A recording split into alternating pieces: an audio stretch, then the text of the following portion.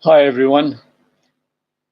Our subject today is again about Muhammad, but this time only about his wives. You know, Muhammad decency is not negotiable.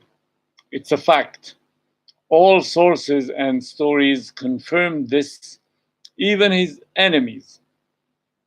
Born and raised in Mecca in a noble tribe, as growing up he was known as the honest and the caretaker. Orphaned from his first years, learned and practiced shepherd and trade during teenage years. He participated in social events, had a simple life, quiet and peaceful, was respected and appreciated by his people, especially at 25 years old when he married his first wife, Khadija. She had 40 years old, a noble lady, widow from Quraysh, and they lived happily together for almost 25 years. She gave him 4 daughters and 2 sons.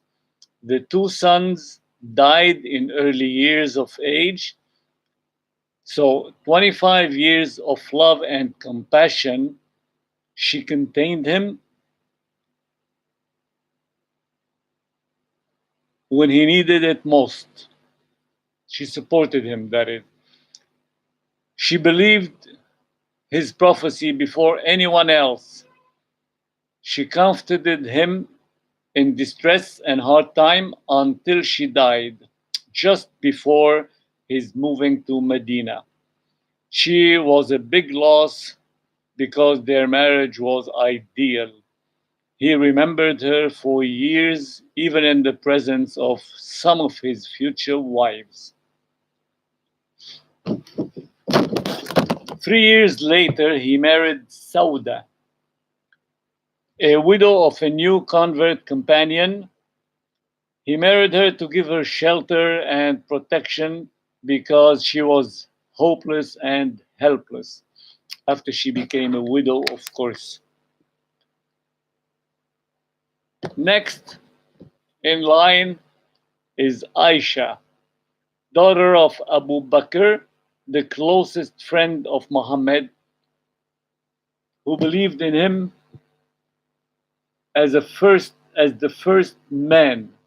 Although Ali, the Prophet cousins, was the first person to believe in him, but he was a kid then. Aisha marriage took a controversial nature because some stories report her marriage as a 9-year-old child, that is.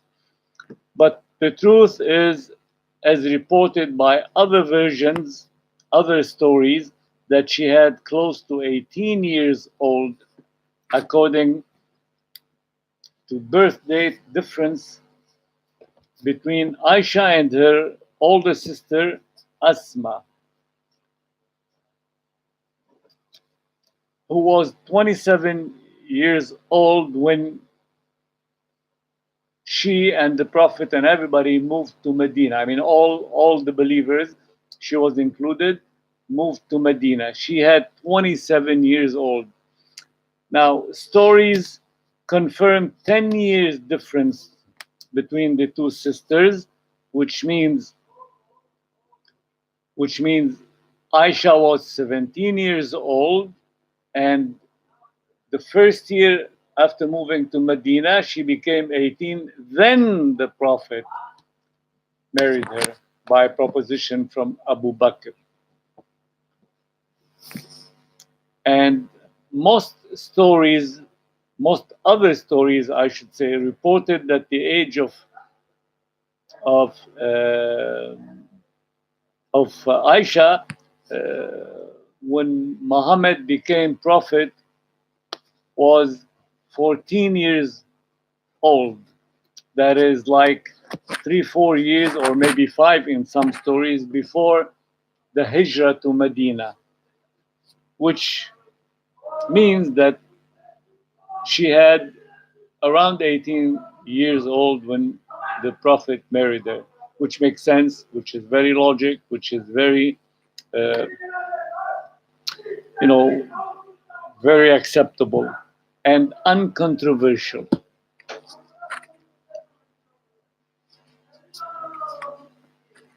Now, this is definitely the real thing.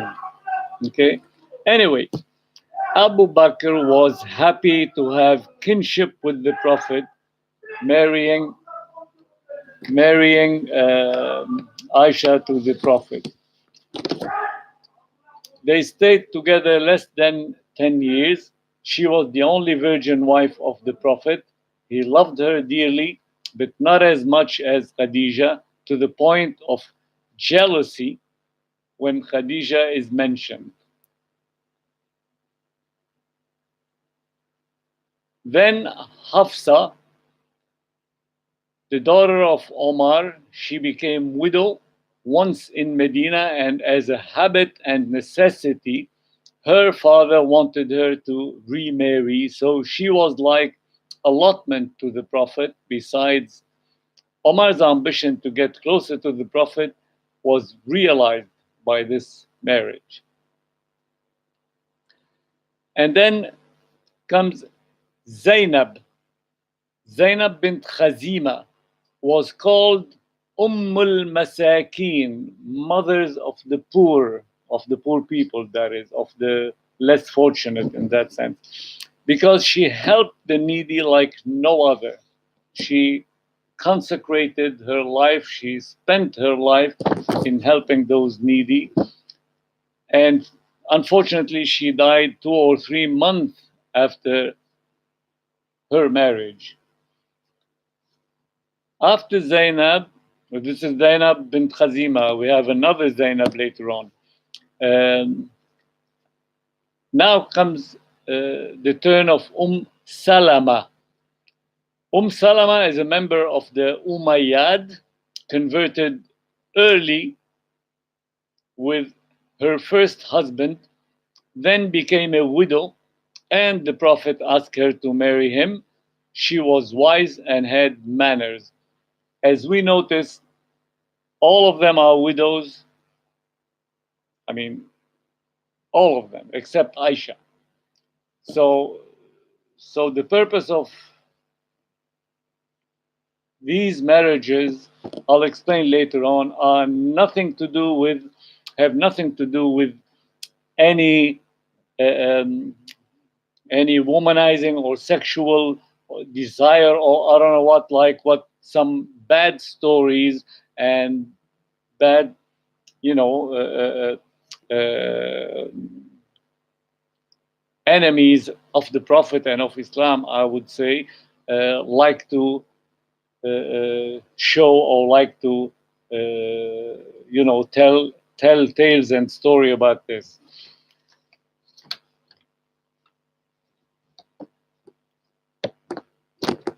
Okay, now comes the turn of the second Zainab. The second Zainab is Zainab bin Jahsh, which is the Prophet cousin. And incidentally, she was, or the Prophet actually, the Prophet introduced her to Zayd.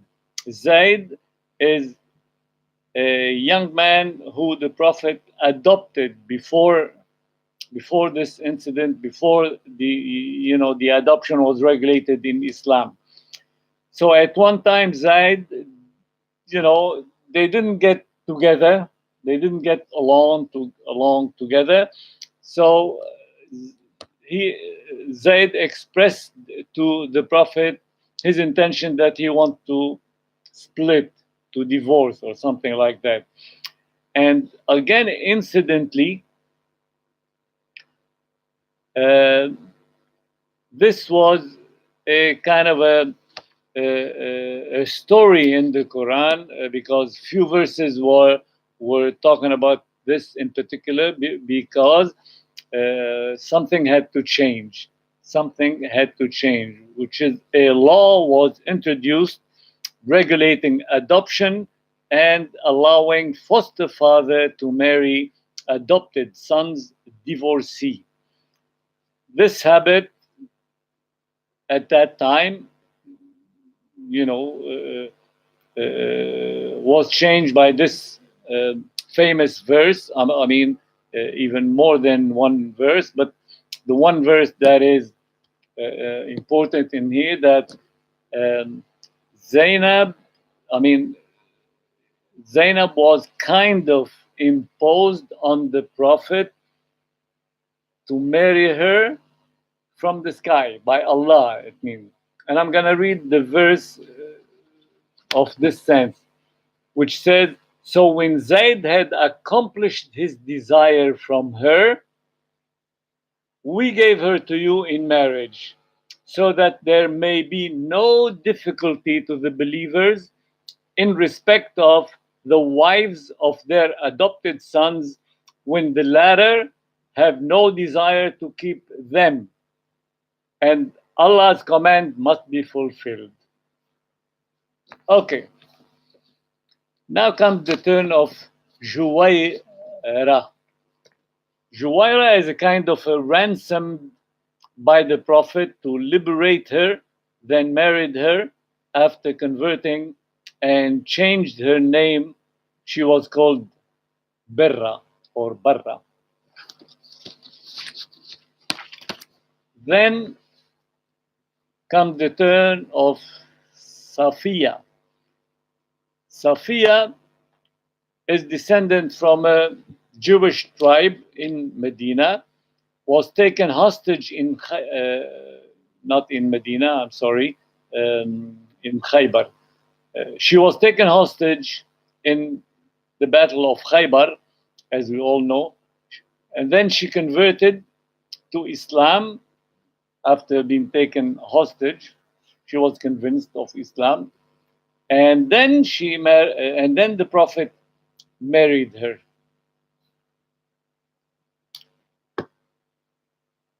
And then Habiba. Habiba is the daughter of Abu Sufyan, sister of Muawiyah, educated and good thinker, converted with her first husband, who under pressure apostated in first migration. She left him and married Muhammad. And this marriage was kind of a social ties with other tribes, considered like with other tribes of Quraysh. And definitely it paid off somewhere. Finally, Maymuna. Maymuna, she was the last woman Muhammad did marry.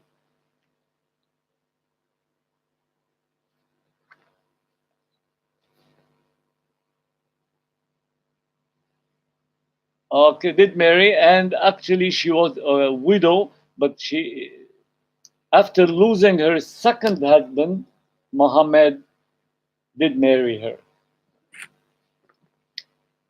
And there's an exception, I mean, of the status of being the Prophet wives, Maria the Coptic.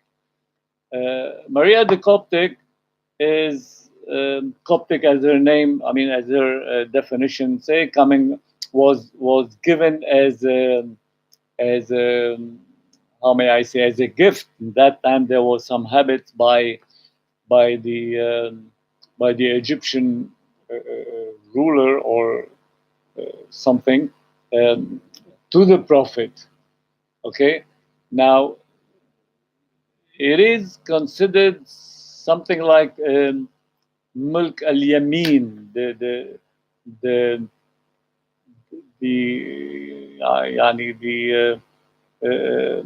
kind of not ownership, but it's something special to someone as earned in some way.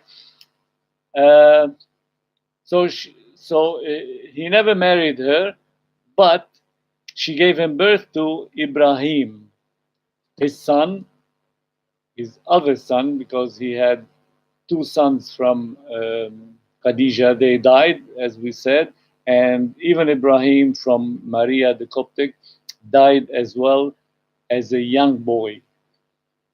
So, as we should have noticed, all Muhammad's wives are widows, most of them except Aisha, as I say, all of them, maybe Maria as well, the Coptic.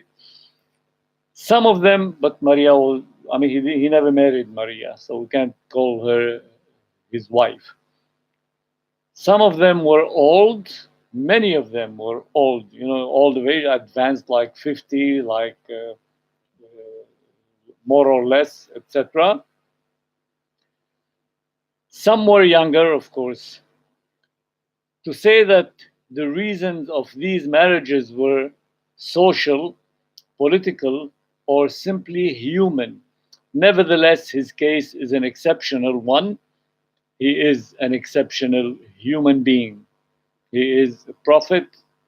I mean, he has duties to execute, duties to accomplish, and these marriages was part of this mission, with a heavenly mission, that is. God, Allah, did elevate all of his wives to highest rank, calling them Ummahat al-Mu'mineen, mothers of the believers. Thank you.